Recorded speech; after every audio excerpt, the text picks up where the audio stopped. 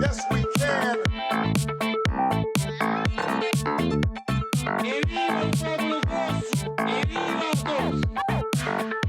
Je vous demande de vous arrêter. Je crois aux forces de l'esprit. Bonsoir et bienvenue, vous êtes au bon endroit, au bon moment, pendant le 20h sur France 3 Corse via Stella, évidemment. Il y a quelques jours, dans un précédent édito, j'évoquais la poursuite de la purge du président Erdogan. Et cela ne cesse de s'amplifier chaque jour. Face à Erdogan, l'Europe a sacrifié ses valeurs. Ces mots du journaliste Can Dündar sont forts et terriblement justes et pointent le manque de courage des leaders politiques européens qui ne seraient plus en mesure de résister au chantage d'Erdogan. La liberté de la presse, la démocratie, les droits de l'homme, l'égalité entre les femmes et les hommes, voilà ce que le président turc écrase sous le poids de sa présidence dictatoriale. Il ne faut surtout pas détourner le regard sur ce qui se passe en Turquie. Les titres de votre 20h. Politique et journalistes, les liaisons dangereuses, nous en débattons avec les journalistes Thomas Brunel et Sébastien Pisagne. Nouvelle séquence, le débrief culturel du débat, journalisme et politique avec Audrey Tordel et Marcel Petriccioli. Le livre « Un président ne devrait pas dire ça » de Gérard Davet et Fabrice Lhomme crée l'événement et n'en finit pas d'apporter son lot de polémiques. Nous en parlons en compagnie de nos deux journalistes, Sébastien Pisagne et Thomas Brunel. Bonsoir messieurs. Bonsoir. Bonsoir. Quel livre, hein ? Gérard Davet, Fabrice Lhomme, un président ne devrait pas dire ça. Les secrets d'un quinquennat aux éditions Stock. Alors, il s'agit d'un véritable best-seller. Plus de 90 000 exemplaires vendus et cela ne cesse de grimper. Le quinquennat de François Hollande est décrypté, analysé. Les deux journalistes ont rencontré durant 5 ans le président de la République et ce livre est issu de leurs entretiens. Avant toute chose, qu'est-ce que dit ce livre du président de la République, Thomas ? Moi, j'ai apprécié ce livre. Presque, jusque totalement. Sauf un élément ou deux, on en parlera tout à l'heure. Mais je pense que c'est un bouquin qui est un peu gagnant-gagnant. C'est-à-dire ceux qui l'ont conçu, Gérard Davet et Fabrice Lhomme, ont fait un gros coup médiatique, un gros coup commercial. Il se vend bien parce que la période le veut. Et pour François Hollande, je dirais même, c'est peut-être sa dernière cartouche pour essayer, lors des primaires de gauche, de tirer son épingle du jeu. Mais le seul reproche que je fais à ce bouquin, à ce livre, c'est que c'est un livre qui aurait dû, normalement, la destinée d'un bouquin comme ça, c'est de paraître après un septennat, un quinquennat ou 2 quinquennats. Voilà, c'est la seule critique avec quelques points qui sont développés dans cet ouvrage. Alors le président, apparemment, ne l'a pas lu avant d'être... Oui, nous dit-on, effectivement, il n'aurait pas lu. Alors, quelle cartouche, vraiment, moi, ça me surprend un peu. Là, on est dans le domaine, effectivement, d'une forme de communication politique à travers des révélations de ce qui se passe dans les alcôves. Mais enfin, vous avez vu ce que ça a donné. Le bouquin, à peine sorti, Hollande se retrouve avec une crise ouverte avec les magistrats qu'il a traités de lâches au détour de ses entretiens avec les deux journalistes du Monde. Gros malaise au sein du Parti socialiste. Bon, ça, peut-être que c'était effectivement tout à fait voulu. Malaise aussi international, par exemple avec la Grèce, où on apprend que Tsipras se serait entendu avec Poutine pour aller faire imprimer la drachme en cas de sortie de la Grèce de l'Union européenne. Sur la méthode, quand même, oui, voilà. Alors peut-être qu'on est dans le domaine de la communication, mais cette même communication qui, à un moment donné, finit par abasourdir, pour ne pas dire déstabiliser les lecteurs et décrédibiliser, au final, le politique, bien plus que les journalistes, en l'occurrence, qui, effectivement, eux, ont fait leur boulot, à mon sens. Pour cette émission, notre objectif, c'est de décrypter la frontière qu'il peut exister entre communication politique, d'une part, et traitement de l'information, et information, d'autre part. Sur ce sujet, Thomas, votre définition du journaliste aujourd'hui au XXIe siècle ? Je pense que c'est un métier en voie de disparition, ou plutôt un métier à redéfinir. Donc les choses ont changé maintenant. Le demandeur n'est plus n'est plus l'homme politique, mais est le journaliste. Et ça change considérablement les choses. Alors, ce qui change, c'est également le traitement de l'information, tout de même. C'est ce qui nous intéresse ici, c'est ce lien, je l'ai dit, entre communication politique, en tout cas, même entre élus et journalistes, ce lien, y a-t-il des liaisons dangereuses ? Ces quelques mots, je voudrais vous faire réagir tous les deux, du journaliste politique Nicolas Domenac. Il dit ceci: le journaliste est un agent double qui doit entrer en empathie pour comprendre et se faire accepter, mais aussi trahir alors que l'autre cherche à vous manipuler. Vous avez été manipulés l'un et l'autre par des élus? Ou peut-être sans doute à un moment ou à un autre. Mais alors là, en l'occurrence, j'ai beaucoup de respect pour ce journaliste que vous citez, Nicolas Domenach. Bon, je sais pas, là, il se met dans... Il se prend pour James Bond, quoi. Enfin, moi, en tant que journaliste, je me suis jamais senti agent double, agent infiltré. Pour moi, justement, il est très important que les rôles soient clairement définis. On est là, bien sûr, pour couvrir un événement, pour relater une parole, en l'occurrence peut-être une parole politique, mais à aucun moment, justement, il faut tomber dans une espèce d'empathie excessive. Mais il y a un jeu de séduction qui existe. Bah, évidemment. Que ce soit d'un côté ou de l'autre. Le jeu ne pas aller trop loin quand Mais il même. est toujours parce que Alors, journaliste. ça veut dire quoi aller trop loin? Voilà, que les choses soient claires, on essaie de comprendre, de décrypter. Ça veut dire quoi aller trop loin? Aller trop loin, c'est qu'à un moment donné, effectivement, on va tomber dans une forme de compromission parce que les données personnelles vont prendre le pas sur des données purement professionnelles. Sur la manipulation, on a été manipulé pendant des années. Vous savez quand? Lorsque les conférences de presse du FLNC étaient organisées. Je parle celle de Tralonc, par exemple, oui, où tous les journalistes sont allés. Alors, moi, les codes, il y a prescription. On nous donnait un petit papier qui était caché sous un roue d'une voiture pour savoir le rendez-vous. Il fallait aller, on nous a transportés dans des camionnettes avec les yeux bandés où tout le monde avait envie de vomir, etc., sur les routes de Corse. On arrivait dans un champ. Il fallait garder l'anonymat. À l'époque, il y avait des téléphones, des débits de téléphone. On était en pleine manip orchestrée par l'État qui plus est. C'est-à-dire que nous, on jouait le jeu. On jouait le jeu. Mais la police le savait, les renseignements, les généraux le savaient, tout le monde le savait. Et qui étaient les gens manipulés? C'était nous. Donc on a été manipulés, dans ce domaine comme dans d'autres. Est-ce qu'il faut tout de même, alors chez nous encore c'est plus difficile, vous le savez, il y a la proximité, la promiscuité, est-ce qu'il faut tout de même établir une forme de distance plus grande? Alors on ne va pas, vous savez, ce n'est pas dans notre genre ici de trahir les coulisses, mais par exemple Thomas, vous êtes marié à une élue. Je sais que pendant les élections, vous n'avez jamais voulu traiter non, mais ces choses étaient très claires. Des vous affaires savez, de l'élection en cours en tout cas, des élections en cours dans lesquelles je suis allé plus loin, rien ne m'obligeait à ne pas traiter certains sujets. Mais il ne faut pas prêter le flanc à la critique, parce qu'on est une micro-société, tout le monde se connaît. Donc la décision a été prise en amont.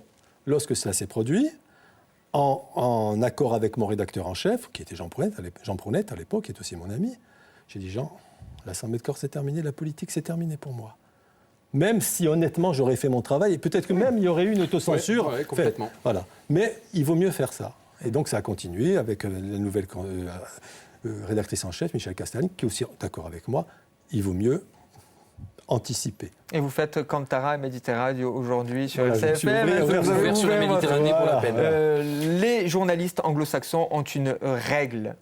Le off. Le off, est-ce qu'il existe vraiment, le off? Vous savez, le off, c'est ces conversations que l'on a en secret avec les politiques et qu'on se promet de ne pas divulguer? Oui, alors moi je pense que c'est d'abord ces conversations que l'on a parfois en amont de certaines rencontres, alors très officielles ou conférences de presse.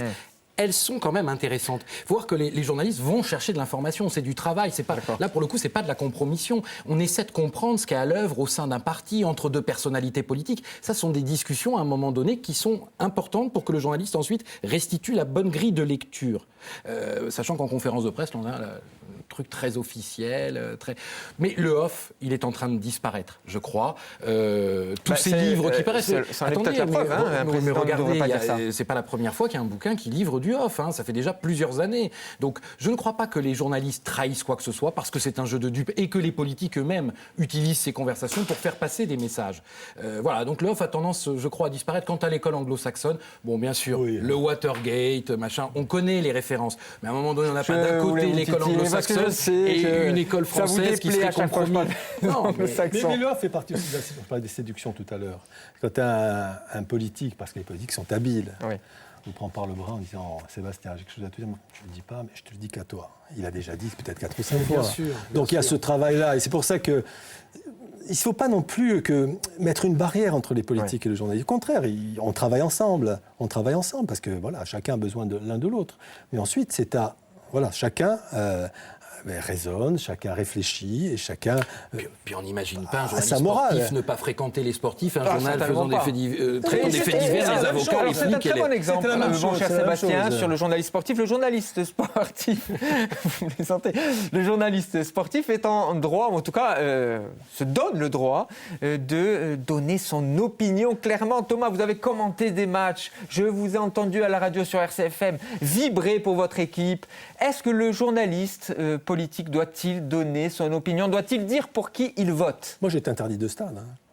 Parce que j'avais critiqué l'équipe que je commentais, je ne dirais pas laquelle. Et un jour, je me disais, C'est pas au stade que la démocratie est la alors plus, que dans les collectivités, on m'a toujours laissé rentrer. Bon, Alors, ça est-ce va. qu'un journaliste politique doit-il donner son avis, enfin, son opinion? Doit-il dire pour qui il vote? Certains l'ont fait. Hein. Je pense à Jean-Jacques Moi, Bourdin, non, notamment. moi, je dis non. Non, moi je vois pas l'intérêt. Parce que ce journaliste politique en question, s'il dit qu'il vote à droite, alors quand il traite de la droite, donc c'est de la compromission, quand il traite de la gauche, forcément, il va être trop critique. Enfin, en quoi ça fait avancer le débat? Je pense que simplement, journaliste, c'est un métier. À un moment donné, on est capable d'entendre une parole qui n'est pas nécessairement celle à laquelle on adhère en tant que citoyen, mais de la traiter professionnellement, de la restituer dans les règles, tout simplement.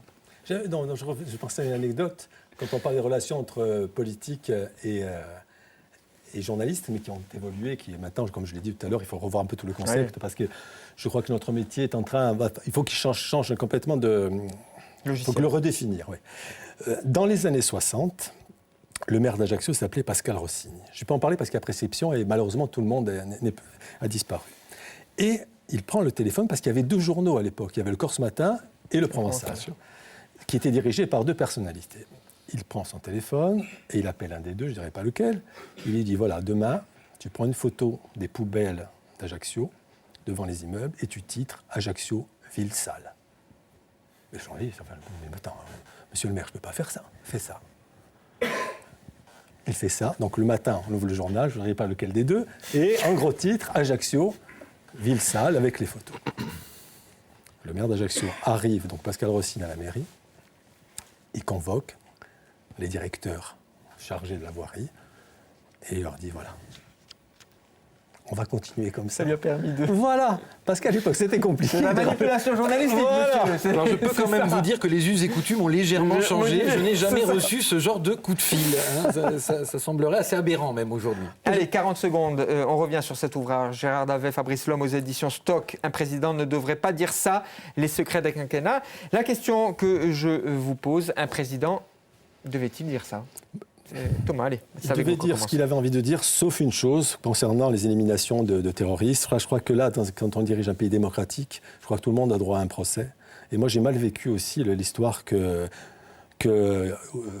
Ben Laden disparaisse comme ça du paysage sans procès, sans qu'on sache exactement ce qu'il y a eu. Ça paraît suspect, tout ça. Peut-être qu'il avait des choses à dire qu'on ne voulait pas entendre. Et là, on est un peu dans le même style. C'est-à-dire que le livre ne me gêne pas. Moi, j'aime bien la petite histoire dans la grande, parce que là on apprend plein de choses, qu'il y a des gens qui sont indésirables, d'autres qui on garde un petit strapontin, etc. Mais ce passage-là, je pense qu'il il aurait dû s'en passer, parce que ça ternit quand même l'image d'un président de la République d'un pays démocratique. Sébastien, un alors, président devait-il dire ça? Je crois que c'est clairement un livre qui participe, on en a déjà parlé dans d'autres débats, hein, de la façon dont l'image d'un président aujourd'hui en France est dévaluée. Alors bien évidemment que ce livre est intéressant, c'est un succès en librairie et c'est pas étonnant, il y a tout un tas d'histoires assez passionnantes à suivre, mais sincèrement je ne vois pas, je l'ai dit en début d'émission, quel était véritablement l'intérêt pour Hollande, vraiment dans ce qu'il y a de plus noble sur un plan politique, de laisser les journalistes finalement produire ce livre à ce moment donné. Pour moi, la politique se perd là-dedans. On perd le citoyen, tout à fait.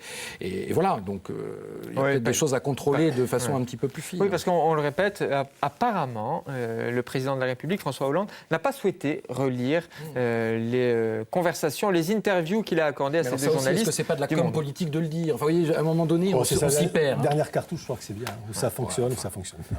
Merci à vous 2 d'avoir débattu autour de ce sujet-là. Nous avons essayé de décrypter les relations entre journalistes et politiques. Merci et à très vite, évidemment. Nouvelle séquence dans Pendant le 20h, le débrief culturel de notre débat. Nous allons poursuivre, vous donner des clés pour aller un peu plus loin dans votre réflexion. Le lien entre journalistes et politique. Nous en débattons une nouvelle fois, mais par le prisme de la culture, avec notre libraire Marcel Petrichoul et notre journaliste très cinéphile Audrey Tordelli. Bonsoir à vous deux. C'est une nouvelle séquence que nous proposons aux téléspectateurs de Pendant le 20h. Vous revenez sur le débat qui a eu lieu entre Thomas Brunel et Sébastien Pisane. Vous apportez votre regard, mais le regard par le biais, par le prisme de la culture, du cinéma pour Audrey, de la littérature, de la bande dessinée, des livres pour Marcel. Mais avant toute chose, un mot sur chacun des deux débatteurs. Moi, je suis assez déçue que Sébastien Pisane ne soit pas James Bond. J'ai toujours pensé que c'était un agent double, donc c'est un peu la démystification totale. Voilà, j'ai été dans l'illusion pendant près de 2 ans. Non, mais je suis d'accord avec lui. Je pense qu'effectivement, le off existe de moins en moins. Je pense que ce livre aussi en est la preuve. Il y a un jeu de dupes double, effectivement. On se demande qui manipule qui. Donc, je suis assez d'accord avec ce qu'il a pu développer. Sur Thomas ? Sur Thomas, moi, ce que j'ai retenu, c'est justement que maintenant, les journalistes n'ont plus besoin des politiques. C'est ça, parce que je trouve que c'est tout à fait vrai. Les politiques n'ont plus besoin de journalistes. C'est tout à fait vrai. Mais nous sommes là pour décrypter. C'est ça l'importance aussi du journaliste. Bon, allez. Le regard de nos deux débatteurs duellistes du soir, Marcel Petrichoul, Audrey Tordel, le prisme de la culture pour débriefer ce débat. On va commencer avec vous, ma chère Audrey. Le cinéma. Vous avez choisi d'évoquer un film de Barry Levinson avec Bob De Niro et Dustin Hoffman, des hommes d'influence. Celui qui aime beaucoup Donald Trump, justement, parlant de politique. Oui, alors Barry Levinson, c'est celui notamment qui a fait Rain Man, et d'ailleurs il a retrouvé un de ses acteurs, Dustin Hoffman et Robert De Niro. Et ce qui est génial, c'est là qu'on voit vraiment que le cinéma peut rejoindre la réalité. Ce film, des hommes d'influence, Walk the Dog en anglais, est sorti 1 mois et demi avant l'affaire Clinton-Lewinsky.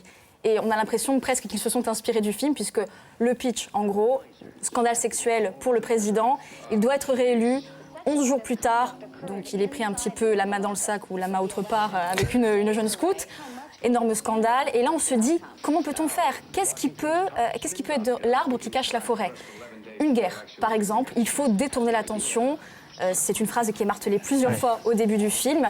Et pour mettre ce stratagème en place, il y a le communicant hors pair, Robert De Niro, qui joue donc le rôle de Conrad Breen, qui fait appel à quelqu'un du showbiz, un réalisateur, un producteur, c'est Stanley Motz, alias Dustin Hoffman. Donc à partir de là, ils vont commencer à faire une chanson, à montrer des images, des fausses images, et ça montre tout simplement la manipulation par les médias, de la réalité et forcément de l'opinion publique. Des images, on voit des tournages dans un studio à Hollywood. C'est intéressant ce film parce que, pour rebondir sur ce que disaient Thomas et Sébastien, sur la frontière qu'il peut exister entre communication politique d'une part et journalisme, traitement de l'information d'autre part, c'est le rôle des spin doctors. Nous sommes dans les années 90 et les spin doctors sont pratiquement au pouvoir aux États-Unis. C'est Bill Clinton presque qui les met dans son cabinet, qui revendique ce terme. Spin doctors, c'est cette période-là où toutes les folies en termes de communication politique sont permises. Ce film-là le montre très bien, cette ligne de crête, cette frontière-là. Et c'est toujours le cas, parce que maintenant, finalement, il faut être communicant et ce sont eux qu'on connaît essentiellement. Donc ça montre vraiment... De plus en plus. De plus en plus. Et... Plus communicant que politique. La communication, la com a pris le pas sur le politique. Et le temps est très important parce que là, on est à 11 jours de l'élection présidentielle et on sait que le temps est un paramètre pour gérer la crise. Souvent, c'est le manque de temps qui a fait que c'est devenu une catastrophe, un désastre. Donc là, il y a une espèce de compte à rebours qui commence. Et encore une fois, ça traite vraiment de la manipulation de l'opinion publique. Et on se demande finalement quelle est la vérité. Là, les journalistes sont réduits à leur fonction initiale, c'est-à-dire celle d'informer. Ils gobent tout ce qu'on leur dit. Et finalement, c'est une réflexion aussi sur la société, parce qu'à un moment donné, on dit « ils ont vu l'apparence d'une guerre » en parlant de la guerre du Golfe. Et c'est vrai, on se pose la question, qu'est-ce qu'on sait de la guerre en Irak ? Donc, sans virer dans la théorie du complot, mais qu'est-ce qu'on sait de la guerre en Irak ? Qu'est-ce qu'on sait de la guerre du Golfe, si ce n'est des images qu'on nous a rapportées ? Ça peut être des images montées, ça peut être de la fiction, effectivement. Et c'est à ce moment-là que le showbiz, qui est incarné par Dustin Hoffman, rejoint finalement, puisque la politique, c'est du spectacle. C'est du showbiz. C'est un débat que nous avions fait précédemment, la politique et le spectacle pendant le 20h. Il y avait Sébastien Pizagne, notamment, qui débattait dans cette émission. Vous avez choisi des ouvrages aussi pour aller plus loin dans votre réflexion. Je le répète, nous débriefons le débat entre Thomas Brunel et Sébastien Pizagne, entre les journalistes et les politiques, les liaisons dangereuses. 3 ouvrages, mon cher Marcel. Prends garde à toi si je t'aime. C'est le premier. Sous-titré « Les nouvelles liaisons dangereuses ». On est en plein dans le débat. C'est de Besma Laouri, c'est une journaliste, c'est chez Albin Michel. Alors, elle nous montre effectivement ces liaisons dangereuses entre les journalistes et les politiques, mais là, c'est les liaisons amoureuses dont elle va nous parler. Tous les couples, je ne vais pas vous les citer, on les connaît tous, hein, de Mitterrand à Hollande, DSK, Chirac. Donc, elle décrypte tout ça.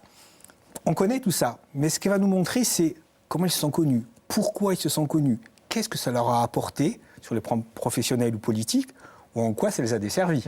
Et ce qu'elle nous montre, c'est que l'histoire d'amour, ça finit très mal, en général. En général. Très, très mal. Elle nous montre aussi, ce qu'on ne comprend pas forcément, ces fameux règlements de compte, toutes ces petites phrases assassines. Pourquoi elles sont dites? Et là, on va comprendre effectivement pourquoi elles sont dites. Elle nous parle de rupture aussi. Et là, alors les hommes politiques, la classe, on la met de côté, hein, on l'oublie. Hein. Petit bonjour à Arnaud de Montebourg, alors lui, pour le coup, il a le pompon.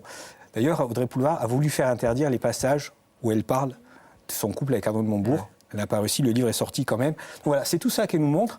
C'est un petit peu ce qu'on dit un petit peu aussi le off de tout ce qui s'est passé dans ces couples. C'est pas inintéressant et c'est même, je dirais, inquiétant sur l'état de santé de notre démocratie quand on lit ce bouquin. Deuxième ouvrage, Le bal des dézingueurs de Bazin et Ventura. Alors ça, c'est un super ouvrage justement pour comprendre les mécaniques du traitement de l'info et ce lien, nous y revenons, entre journalisme et communication politique.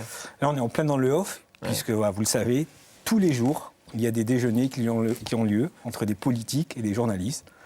Alors, on dit que c'est de la connivence. Justement, connivence ou pas? Eux disent non. Ils posent la question. Ils se posent la question, ils disent non, il n'y a pas de connivence. Ils vont même plus loin, ils disent il n'y a pas d'amitié entre les politiques et les journalistes. C'est un jeu de dupes où personne n'est dupe, justement. Les journalistes viennent chercher de l'info, savoir ce qu'un politique a dans le ventre, quelles sont ses ambitions. Et les politiques veulent faire passer des messages. Après, les journalistes font passer ou pas les messages, d'une manière ou d'une autre. Là, ils se posent vraiment la question. Et ce qu'ils remarquent aussi, c'est que c'est de plus en plus cruel, ces petites phrases. Au départ, c'était assez gentillé, puis c'est vraiment cruel, c'est violent, c'est méchant. Et surtout, c'est entre la même famille politique que ça dézingue le plus. Mais c'est souvent là où c'est le plus méchant, évidemment. Et alors, fait aussi notable, ce sont les femmes les plus méchantes. Voilà. N'est-ce pas, ma chère Audrey? J'ai bien fait de venir. Hein. Et une qu'on appelle la tueuse. Vous savez qui c'est, la tueuse? C'est pas moi. Non, c'est pas moi. Ça aurait pu, peut-être? Ah, je sais pas. C'est Nathalie Kosciusko-Morizet. Il paraît que c'est la reine des phrases assassines. Je vais vous en citer 2. Allez, vous avez envie. Depuis tout à l'heure, on coulisses, vous allez cesser de les répéter. Allez-y, Marcel, allez. Alors, il va falloir qu'un jour, les hommes politiques, on leur mette des couilles. C'est NKM, qui dit ça, ce n'est pas Marcel Petrichou. Quoi que j'aurais pu le dire. Une petite phrase sur Nicolas Sarkozy. Un homme politique, il est formidable. Un homme tout court, il est pathétique. Voilà. Et le pompon, Roselyne Bachelot, qui sort d'un déjeuner avec 4 journalistes, 4 femmes journalistes. Elle croise un collègue député qui lui dit « Alors, j'ai déjeuné avec 4 salopes. » Classe. C'est classe. Élégance. Vive le féminisme. C'est dans le livre Le bal des dézingueurs. Oui, bien sûr. Pour une fois. Hein. Bazin et Ventura. Dernier ouvrage, pour continuer à aller plus loin, journaliste à la niche. Et ça, c'est vraiment, alors à la fois très drôle, intéressant sur l'univers journalistique, de Bruno Mazur. Elle est sortie un petit peu plus longtemps. Les 2 ouvrages précédents sont sortis au printemps. En fait, il raconte sa carrière journaliste, de Pompidou jusqu'à Sarkozy. Ouais. Et à travers sa carrière, il va nous raconter toutes les connivences qu'il y a entre le journalisme et le politique. Les lâchetés, les trahisons, les amours secrets, tout y passe. Tout est décrypté. Il y a aussi un passage dans les rédactions, les veilles d'élection, c'est à mourir de rire. Qui va penser qu'il va avoir la promotion? Qui va être dans la charrette si c'est un tel qui passe? Il y a une ambiance fabuleuse. Et voilà, vous l'avez dit, c'est traité avec le ton de Mazur. C'est impertinent, c'est irrévérencieux, c'est drôle. Et lui-même, il se dézingue. Ah oui, complètement. Complètement. Même sur ses relations avec Mitterrand, quand Mitterrand est devenu président de la République. Oui, parce que c'était un journaliste de gauche. Exactement, un journaliste de gauche. Et puis, il faut suivre le fil info Twitter de Bruno Mazur, parce que pour le coup, il dézingue, mais alors tous ses confrères actuellement, hein, vraiment. Hein. Merci beaucoup à vous deux. Ah oui. Merci beaucoup. Toujours. Merci beaucoup à vous deux pour ce débriefing, nouvelle séquence de pendant le 20h, débriefing du débat. Je rappelle la lecture Gérard Davet, Fabrice Lhomme, un président ne devrait pas dire ça. Peut-être bien qu'ils ont raison, un président ne devrait pas dire ça. Nous le saurons dans quelques mois. C'est chez Stock, les secrets d'un quinquennat. Vous restez sur France 3 Corse Vie Astel, évidemment. Je vous dis à demain, même lieu, même heure, pendant le 20h.